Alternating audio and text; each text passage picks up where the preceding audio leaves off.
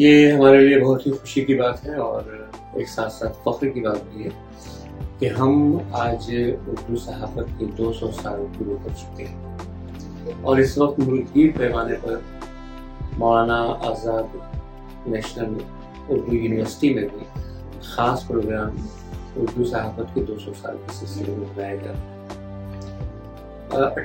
1822 میں 27 مارچ کو اردو کا پہلا اخبار جامع جہاننما نکلا۔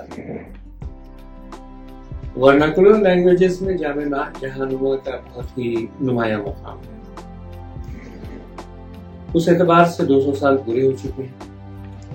آج بھی ضرورت ہے کہ ہم صحافت اور خاص طور پر اردو صحافت کے دو مختلف پہلوؤں پر بات کریں۔ ایک تو یہ وجہ طور پر کہا جا سکتا ہے کہ اردو صحافت کے یہ 200 سال ہر اعتبار سے قابل فخر اور اطمینان بخش ہے، کیونکہ اردو اخبارات میں تحریک آزادی ہو، ملک کی تعمیر ہو، فرقہ وارانہ خستگالی ہو، ہر ضروری قسم کے موضوعات میں اپنا نمایاں کردار ادا کیا ہے۔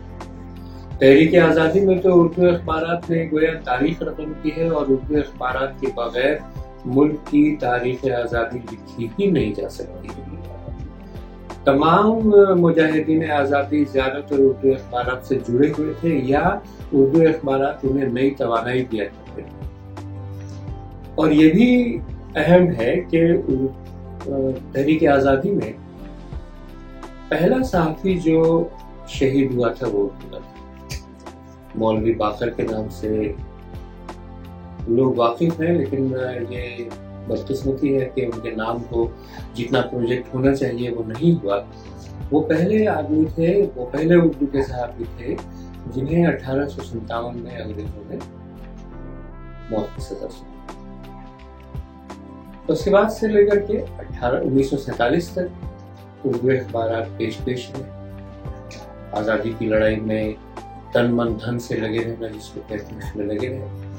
اور جب ملک تقسیم ہوا اور بدقسمتی سے اپنے ہی ملک میں اردو کو غیر ملکی زبان قرار دیا جانے لگا، اس وقت بھی اردو اخبارات نے نہ صرف ملک میں فرقہ وارانہ خستگالی قائم رکھنے کے لیے بلکہ اردو کو اس کا جائز مقام دلانے کے لیے بھی بہت شدید جدوجہد کی، اور آج تک وہ جدوجہد جاری ہے۔ میں نے کہا کہ اس کو دو پہلوؤں پر غور کیا جانا چاہیے۔ ایک تو آج جس طرح زبان کو مذہب کے ساتھ جوڑنے کی کوشش کی جا رہی ہے، اردو زبان کبھی بھی کسی مخصوص مذہب کے ساتھ جڑی ہوئی نہیں، بلکہ اگر غور کیا جائے تو اس کی جو بنت ہے وہ گنگا جمنی تہذیب کی ہے۔ اس میں ہندوستان کا مکسڈ کلچر دکھائی دیتا ہے، اور یہی وجہ ہے کہ اردو جب پروان چڑھ رہی تھی تب بھی یہ مسلمانوں کی زبان نہیں تھی، بلکہ یہ مسلمانوں، غیر مسلموں سب کی زبان تھی۔ اور جہاں تک ابھی میں نے کہا اردو اخبارات کی بات ہوئی، تو اردو کا پہلا اخبار جامع جہاننما یہ بھی نکالنے والے غیر مسلم حضرات تھے، ہری ہردرد اور سدا سکرا۔ اس کے علاوہ بھی درجنوں اخبارات اردو کے تھے جو غیر مسلم حضرات نے نکالے، کیونکہ اردو لوگوں تک پہنچنے اور لوگوں کو متاثر کرنے کی بے پناہ صلاحیت ہے۔ اردو نے جو بہت سارے نعرے دیے، انقلاب زندہ باد، سرفروشی کی تمنا ہمارے دل میں ہے، یہ ایسے نعرے تھے جو آج بھی کسی بھی تحریک میں تحریک کاروں کے خون کو گرم کرنے کے لیے استعمال کیے جاتے ہیں۔ یہ اچھی بات ہے کہ ہم لوگ 200 سالہ تاریخ اردو کی اس وقت منا رہے ہیں، جشن منا رہے ہیں، لیکن ضروری ہے کہ اس وقت ہمیں جو مسائل درپیش ہیں ہم ان پر بھی غور کریں۔ یہ افسوس کی بات ہے کہ 200 سال میں اردو کو جتنا عروج حاصل ہونا چاہیے تھا، اردو صحافت کو جتنی ترقی کرنی چاہیے تھی، اتنی نہیں ہو سکی۔ وہ اس کے اپنے مسائل تھے۔